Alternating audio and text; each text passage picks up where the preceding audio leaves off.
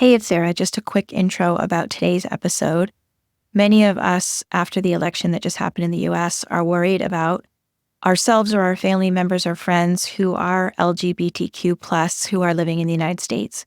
And I thought this was a good time to play an episode that we did with Mama Dragons.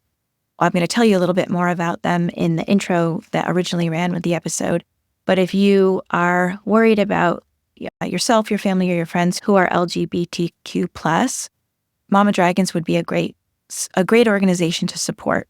So here's an episode we did back in the first year and a half of the podcast with a couple of folks from the organization Mama Dragons. Welcome to the Peaceful Parenting Podcast. I'm your host, Sarah Rosensweet, mom of 3 young people, peaceful parenting coach, and your cheerleader and guide on all things parenting. Each week, we'll cover the tools, strategies, and support you need to end the yelling and power struggles and encourage your kids to listen and cooperate so that you can enjoy your family time. I'm happy to say we have a great relationship with our 3 kids.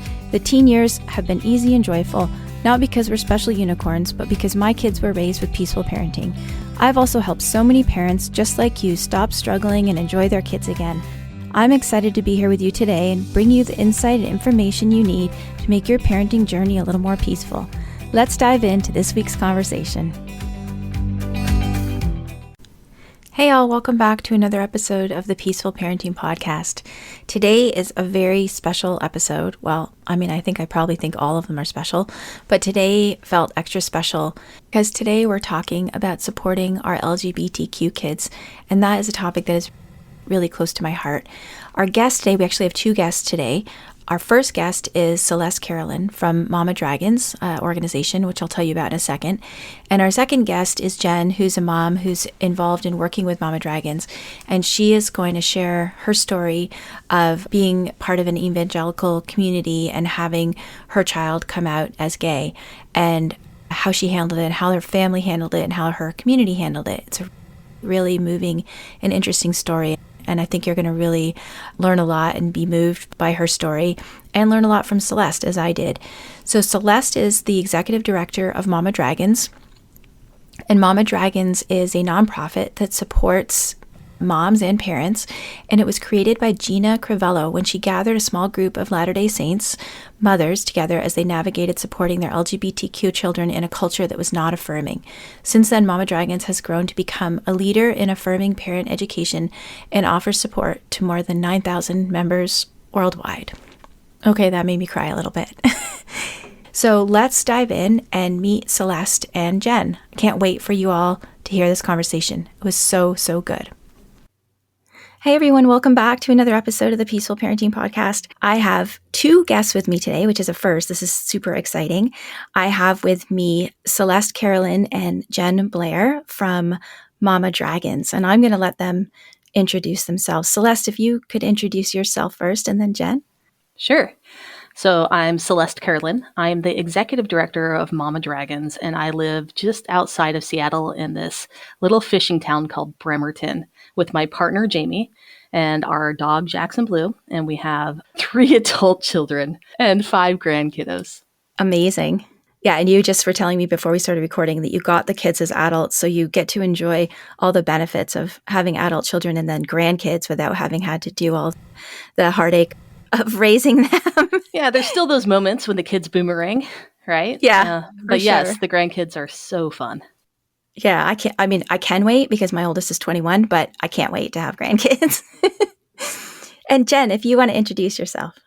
Yeah, my name is Jen Blair. I live in Idaho. Recently moved to the big city of Idaho, but spent a long time raising kids in a more rural area. I have 2 kids who are LGBTQ, and that journey started 10 years ago when I knew nothing. As a super conservative individual in a super conservative and rural area, there was a pretty steep learning curve for us. Well, welcome both of you to the podcast. So Celeste is going to tell us a bit about Mama Dragons. Jen is going to share her story, her journey, which I'm really excited to hear. I'm so happy to have you both on the podcast, and I'm super excited about this topic. It's one that's really close to my heart, and I would love to hear more about Mama Dragons. And Jen, I can't wait to hear your story. And also I want to share with our listeners is where we're going to be going today is sort of best practices for raising kids when we don't know yet what their sexual orientation is, and also best practices for when we do know that we have an LGBTQ kid or when we suspect that we have an LGBTQ kid. I was talking to a girlfriend of mine the other day who told me that her daughter had just come out as lesbian, who's 15. And she said, honestly, though, I knew when she was 4. So she was happy that her daughter had told her, and the whole family was really supportive, and that was nice to hear. But I think some people do really have a sense of what their kids' sexual orientation is, and some people have no idea, and they're very surprised when their kids come out to them. So either way, I think this is going to be a really valuable conversation for parents. So maybe, Celeste, you could just tell us a bit about Mama Dragons. Absolutely. So Mama Dragons is really unique as it started in Utah by a group of women who organically came together when a woman was trying to create a GSA. Can you say what that is for people who don't know? Yeah.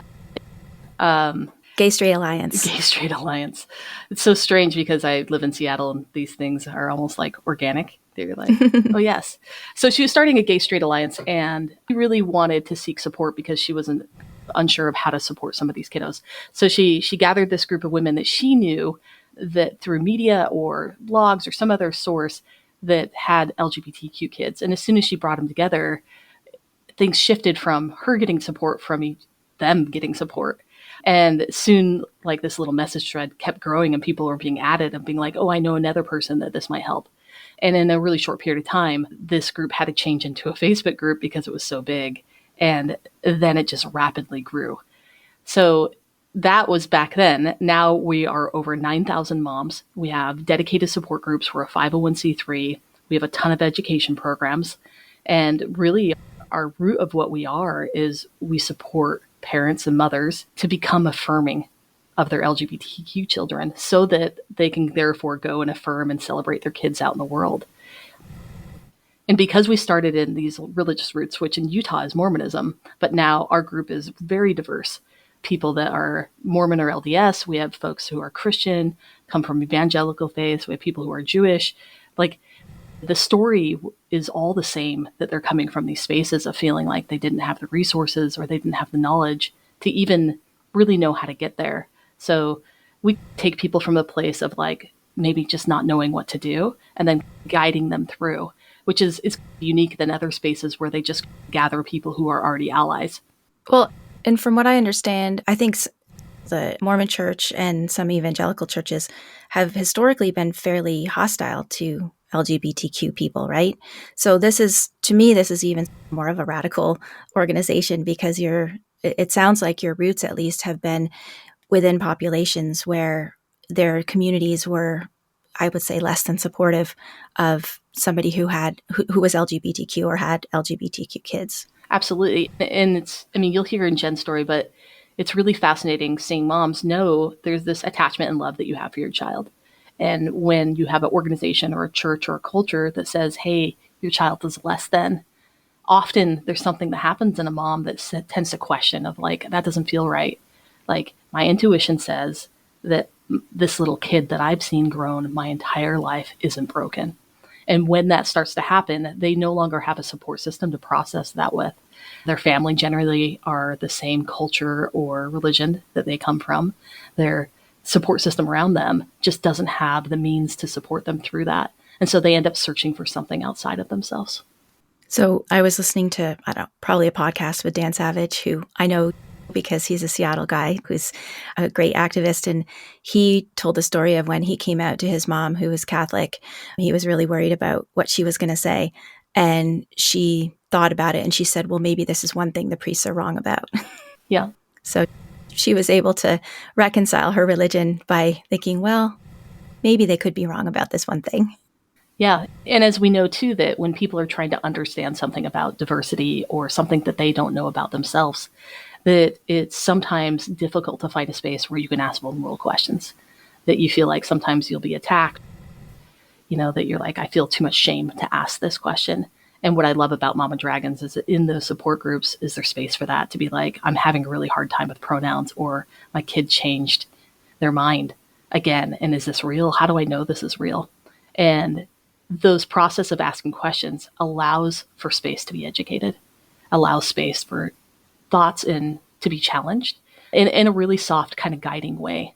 And that's how we look at it, is that we're like almost like raising these parents to be like, this is how you affirm, this is how you do it softly. And we guide them along this path. I love that. And I love how you talked about it's a community that you can ask questions without shame and be who you are without shame. And that's something that we talk about so much in peaceful parenting, is that how driven so many of our triggers are by shame, and so many of our bad choices that we make are really driven by that feeling of shame. It's such a powerful force in a bad way. And I love that you've just really identified that's something that's important to talk about. Yeah. Well, I'd love to hear your story, Jen.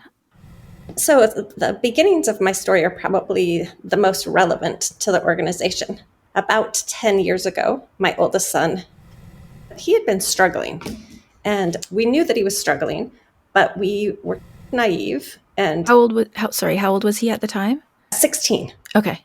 And he had been saying lots of things all the time, like, I don't want to kill myself, but I wish I had never been born, or it would be nice if I could go to sleep.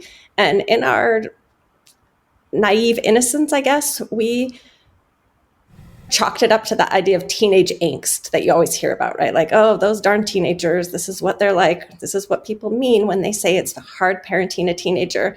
And so we stayed really close to him. We were homeschooling at the time, so I was with him all the time. And we were in a pretty sheltered situation where we didn't even have TV at our house. We could watch videos, educational videos, but we were homeschooling. And so I knew the kid really well, and I knew that something was off, but I was just waiting for him to outgrow it, until one day I was doing that, like getting ready for the start of morning routine, and just had that maternal instinct, like it's time to go have a talk with him, which we had the talk a lot, and it was always about video games. Don't spend so much time on video games. So that's what I was anticipating. So I went up to his room and I sat down on the floor and I said, how we doing? Let's chat. Tell me where you're at. Help me understand. And he got really anxious and he started pacing around the floor. And I was like, I feel like you have something on the tip of your tongue that you want to talk to me about, or that you want me to know, but you're having a hard time saying it. And he just kept pacing and his eyes were all full of tears. And I understand now you're not necessarily supposed to ask. But in that moment, I looked at him, and honestly, on some level, I must have known, but I had never had the conscious thought before that he might be gay. So when the words came out of my mouth, "Are you gay?" my first instinct inside my heart was, why would you ask him that? That's such a horrible question. Why would you accuse him of that kind of a thing? But I looked at him, and the way that he froze and stared at me and just kept staring. And so I sat there for a minute and I said, this isn't the kind of thing I can guess, sweetheart. If this is something we need to talk about, you're going to have to tell me. And so he was on his knees. He crawled over to his desk and scribbled out the word yes on a piece of paper, but it was barely legible. And he turned around and showed it to me. He could barely breathe. He was so scared to talk to me. And so I got up from the floor. He was on his knees and he's tall. So it was good. I got up and went over to him and I gave him a big hug. And I said, I don't know anything about this. I have no idea what we're supposed to do or what we're going to do, but we're going to do it together. We're going to figure it out together and work through it together. And then we spent the next 2 hours. I laid back on the floor and he laid his head on my lap and I just played with his hair. And I learned so many important things during those few minutes because his body, this is like the most vivid memory for me, but his body kept shaking. Like when you go to the gym and you work out and then your muscles are spasming because they're so exhausted. And he laid there and his body shook like that. And I realized that this secret he had been carrying, I didn't know any details at this point, but I realized that this secret and the idea of telling me was very physical for him. And he had been carrying it for an amount of time, enough to influence his body and the way that his body processed it. Do you know that shaking is actually what a lot of animals do when they're coming out of fight, flight, or freeze? Like when they're under like a deadly attack and they survive, and they shake to clear their bodies of all of the stress chemicals and hormones that were produced during the fight, flight, or freeze. So that's super interesting. Like he was coming out of his own fight, flight, or freeze after he told you the relief was so great. Yeah. In my head, as we sat there for 2 hours and he cried and I cried and we just stayed there. I knew that I didn't know anything, but I was trying to go through in my head what I did know, like hold on to like something that would be grounding what I did know.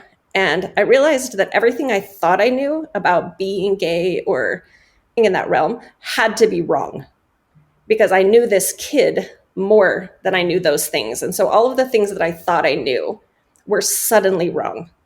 And I didn't know where to go or how to find answers to these things. And it was 10 years ago. So there were way less options out there. But I needed to find some people who could talk to me because I was a beginner. I knew Ellen DeGeneres and Anderson Cooper. That was it. Like, and not on any sort of a personal level. So we had to get busy and do some learning, because all of a sudden I had a 16-year-old that I had to parent, and I did not know how to parent him. Did he know any other gay kids? No. No. So he felt super alone. Yeah. He didn't know any. It took him over a year, even after coming out to us, before he felt comfortable telling his friends. Wow. And so when you say everything that you thought you knew was wrong, do you mean that you'd been taught that it was like wrong to be gay, or that gay people were bad or something like that? Yeah. Like, in my head, I had all these weird misconceptions, like it was some sort of a sexual addiction, like because it was perverse or something like that. People would become addicted to it, and then they would put their identity around it. I had all these weird visions in my head of like politicians in airport bathrooms getting caught, and parades with half-naked people walking down the street. I had no concept of like the gay person who's a banker and just goes to work and comes home and does the laundry. Like, or your teacher, or your policeman, or whatever. Yeah. No concept of that at all. I just had these weird news blips. And then everything I had been taught religiously about like the eternal implications of clinging to an identity like this. But I knew he wasn't addicted to anything. He had never held hands or kissed anyone at that point, like boy or girl. And he was nerdy, and he was like the best brother in the history of the universe. We homeschooled, and he had these 3 little sisters, and they would play hide and seek all day, and he would run around and give him piggyback rides. And so this idea of like a rebellious pervert seeking evil or whatever was just so like the antithesis of who this kid actually was. Yeah. Well, I mean, I think that when I was younger, I hope they don't mind me saying this on a podcast, but my parents are both gay. And when my mom came out when I was in high school, it was the 80s, and nobody, like, I didn't really know anyone who was gay. I mean, I'm sure I did, but I didn't know that they were gay, right? And I felt like there was so much prejudice. I felt like I had to hide that, right? And I never dreamed that 5 years later, we'd have like banks with like the pride flag. And I really think that it's, and that gay marriage would be legal and all of those things. And I really think that it's because when people did finally start coming out, it was your teacher or just like you're saying, like people didn't know that there were all these quote regular people who were gay. And it was like, oh, wait, these people that I already know and love, they're gay, right? So I think that is, I mean, that's my personal opinion about why we've come to such a large degree of acceptance so quickly, because it really is quite remarkable when I stop and think about where we've come since 1985. I would agree. And I'm going to put an and on top of that, is that data shows that we know that 1/3 of kids in the US right now don't have affirming parents. Yeah. And so we've come a long ways. But when we look at the rates of suicide with LGBTQ kiddos and self-harm and depression and anxiety, they are directly connected to non-affirming parent. And so we have come a long way, but not far enough. And things like the pandemic and social media have allowed more space for more kids than ever to come out. But that doesn't mean they're coming out to affirming families. Mm-hmm. Thank you for that reminder, Celeste, because I forget sometimes that I live in an urban bubble. So how can we help those kids who are coming from non-affirming families? It only takes one affirming adult in a kiddo's life to really change things for them. And so there's places around kids that have influence.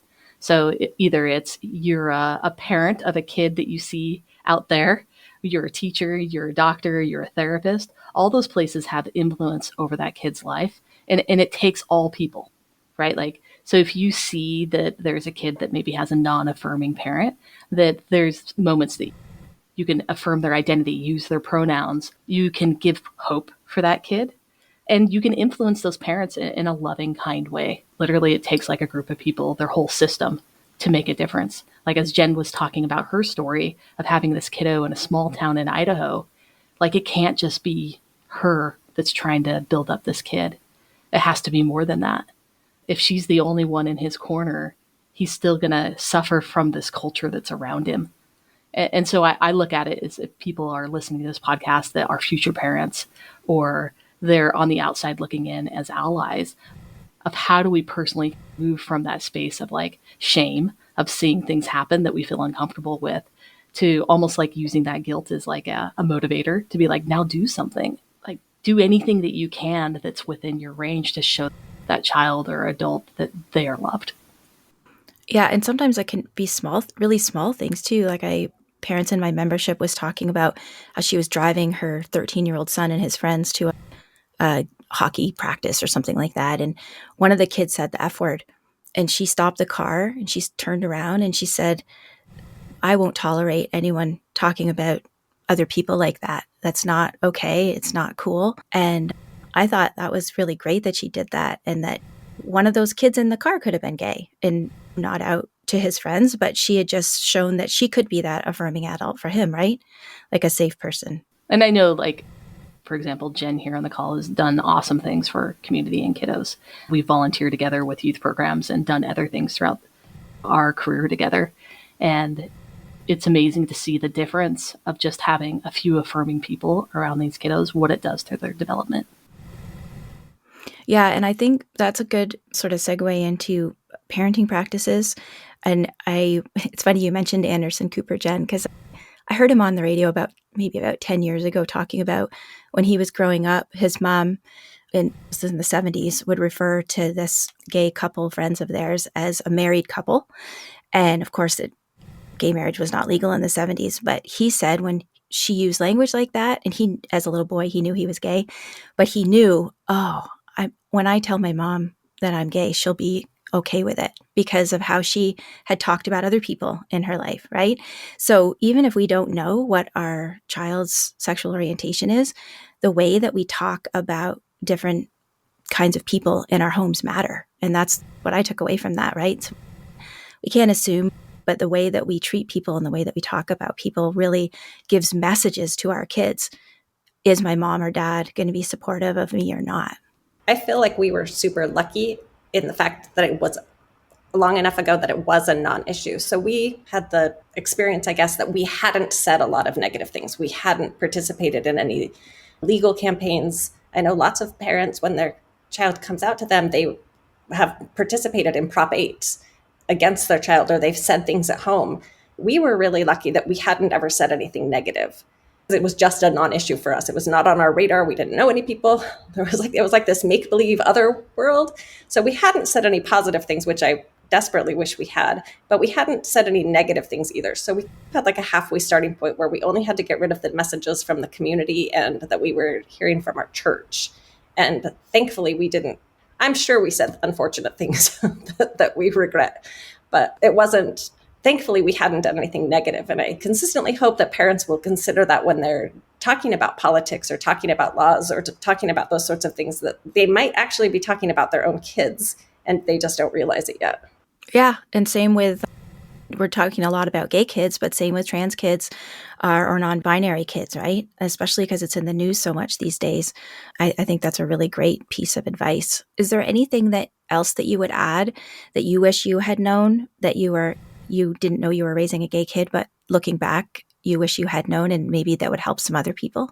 Since I knew nothing, I wish I would have known anything. The interesting thing is our oldest came out as gay. Our youngest, who's 17 now, we've got some changing labels, so I have a hard time putting a specific label on it in any sort of permanent situation, but definitely gender non-confirming.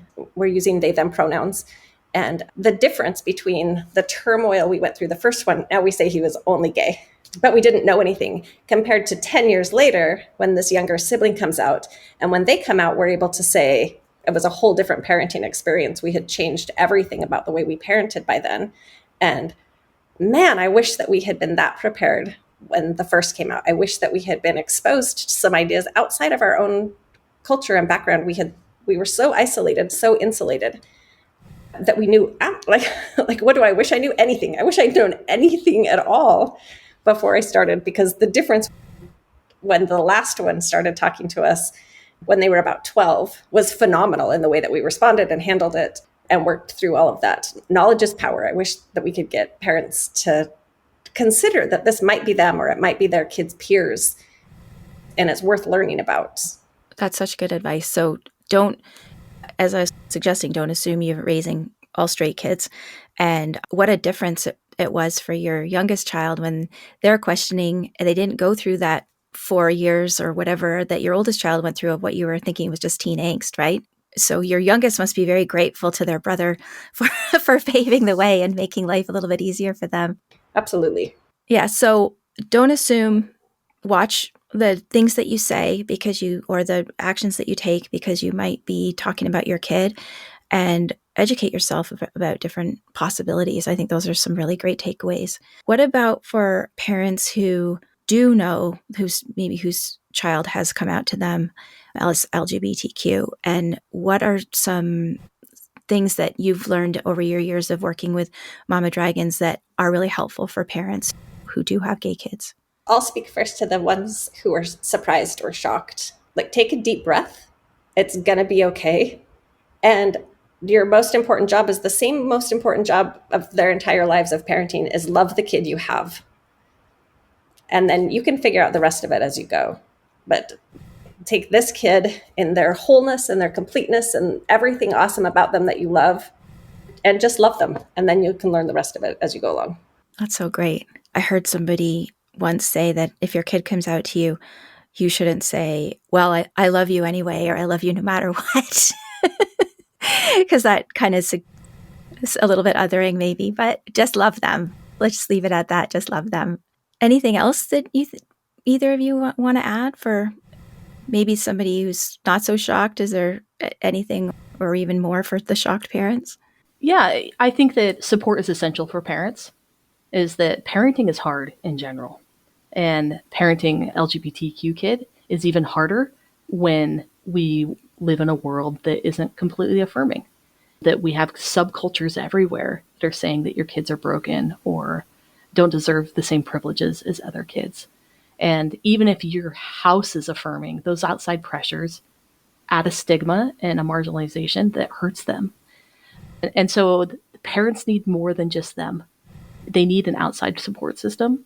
And I recommend them finding one. When we've gathered research about Mama Dragons, we've found that after their kid comes out, it takes them 3 to 6 months to actually go somewhere to get support. And that's a big gap, especially when you think about this kiddo that tells this vulnerable truth, for parents to actually go and seek some support.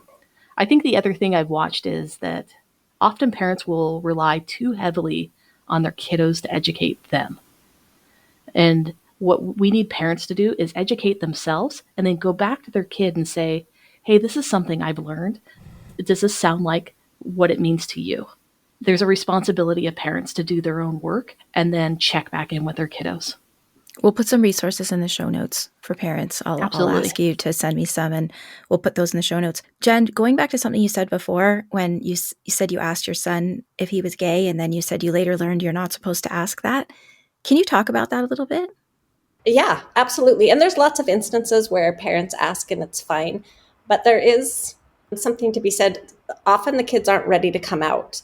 And so, first of all, they're trying really hard to be closeted. They're trying really hard to hide secrets. And if you ask them, what you're saying is, your efforts to hide this about yourself are really unsuccessful. We can all tell. We can all see it, which adds this layer of insecurity.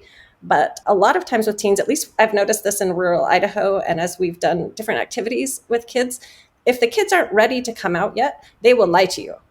Just instinctually, right? They're all day, every day going, I'm not trans, I'm not trans, I'm not trans, I'm not trans, I'm not trans. And so then the parent asks, hey, is there a chance that you're LGBTQ and we need to talk about that? And the instinct comes out immediately, no, I'm not. And so then you've created this situation where the child has created a lie that they have to defend for a while, and then they have to undo a lie in addition to coming out.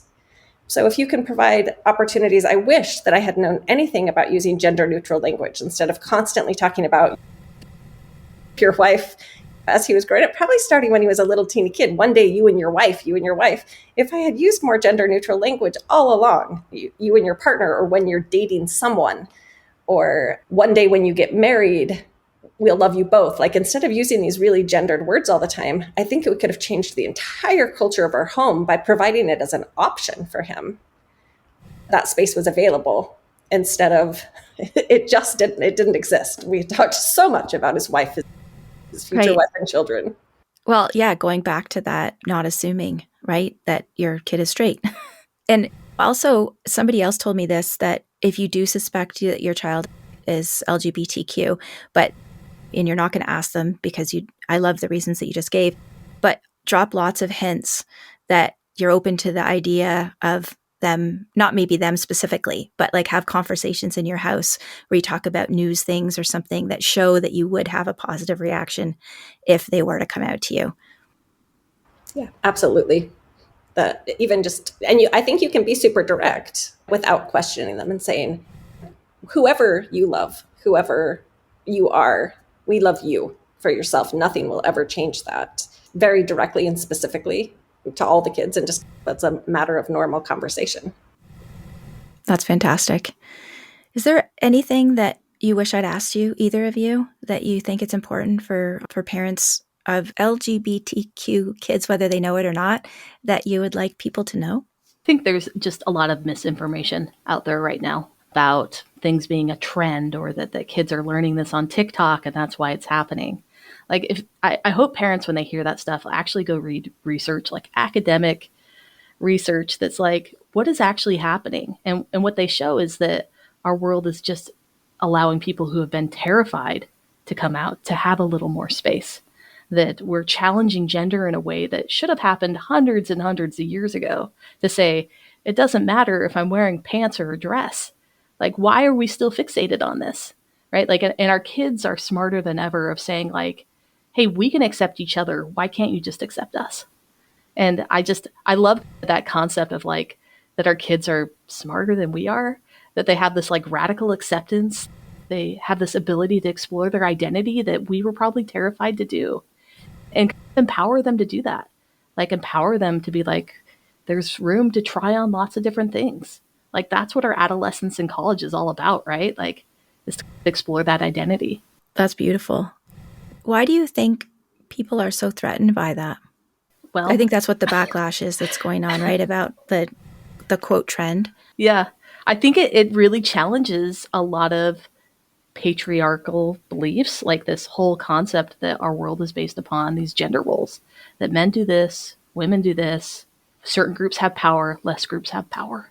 And even though we probably don't really realize what's going on, but we're challenging that structure of saying like, hey, we're going to throw that out the window and say that it doesn't matter if you are a stay-at-home parent or you're in the workforce. One person doesn't have more value than the other, or if you have kids or don't have kids, or if you're married or unmarried, or if I wear a dress or I wear pants. Like, none of it matters. And we're going to throw that all out the window. And I think it terrifies people, because what's their value if we throw that out the window? Well, especially for the groups that have had all the power up until now. I also think in politics, we're seeing a lot of intentional creation of fear and intentional creation of misinformation for those same people we're talking about to maintain power. So here locally, we do a lot of general education, but the local legislature benefits by creating animosity towards the queer community in general. They benefit, they get more votes, they get more power, and they get to spend more time in office. So if they can create this scary demographic of drag queens that are out to get your children, then they get votes, and that's how they win. Or if they talk about mutilating children's bodies and create all these weird lies about genital surgery on 8-year-olds or things that just don't exist, they get votes, and it keeps them in power. So it's not just misinformation that already exists, but there's actually people intentionally feeding this misinformation in order to maintain that sense of power that we talked about. Yeah, I think that's really a good thing to point out, because there is such a crazy amount of misinformation. And hopefully we'll be a little tiny drop in the bucket against that. I mean, you put a group of mothers on something, mothers that are passionate and care and potentially come from conservative religious environments, and they're unstoppable. So I think that, like, also understanding that our combined efforts have a lot of value. I think of the things that we've been able to accomplish as an organization, and it's dumbfounding what mothers are willing to do. That's amazing. Do you think it's having an effect on the top levels of the organization of religions?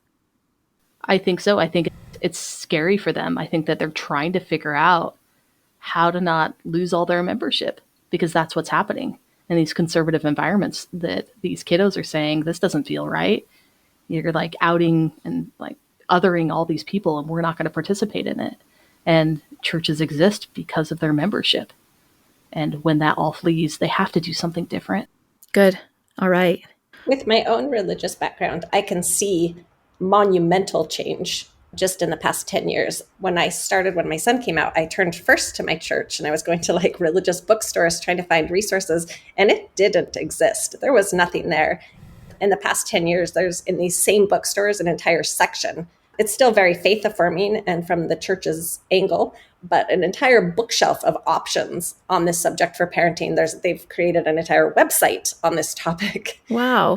And none of this existed at all 10 years ago. I had nowhere to go and no one to ask. And like, no, and now it's still not probably where we would want it to be as far as the material itself, but it exists. It's hopeful.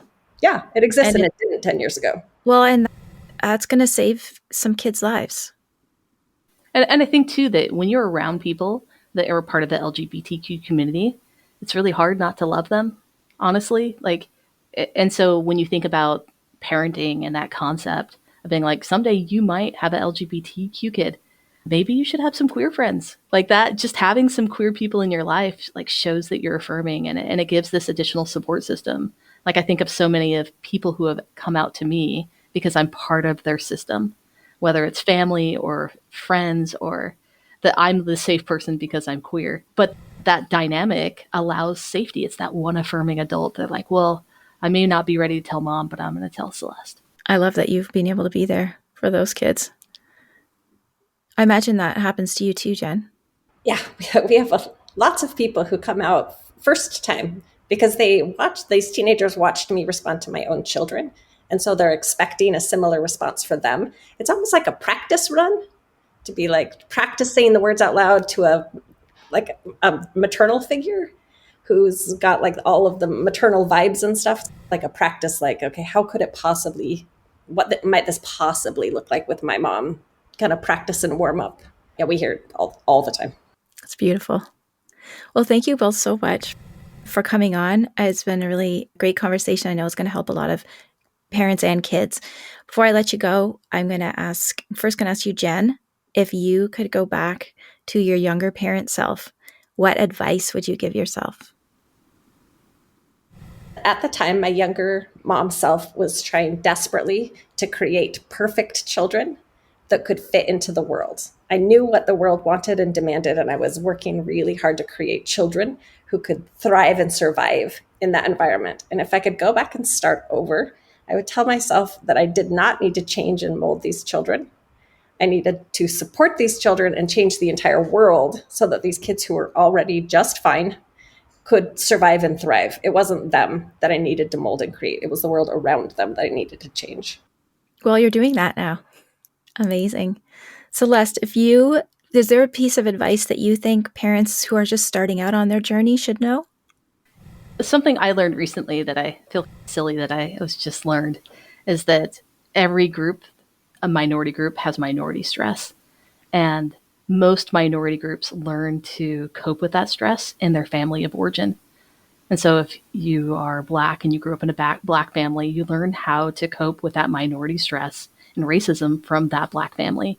LGBTQ kids often are born into heterosexual or cisgender families, and they don't have that, and they need it. And families need to be aware that there's this need, that they're getting attacked from this world around them, and they need skills to be able to handle that attack.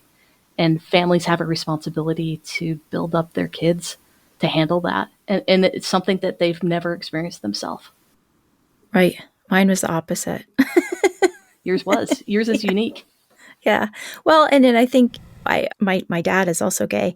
And I think that I may be one of the last sort of generations to have parents who were married in a straight male-female marriage who then both later came out as gay, because hopefully people will know before they marry somebody of the opposite sex that they can come out, right? You say that, Sarah, but it's still everywhere and it's rampant, especially in conservative religious environments, because they were taught that to deal with that, you just get married and you have kiddos and it will go away. That's exactly what my dad was told when he tried to talk to someone when 40, he was like 18. 40, 50 years old, and they're like, this just is not working. And then it hurts everyone. It hurts the family. It hurts the system. But no, I wish that was a thing that stopped in the 80s.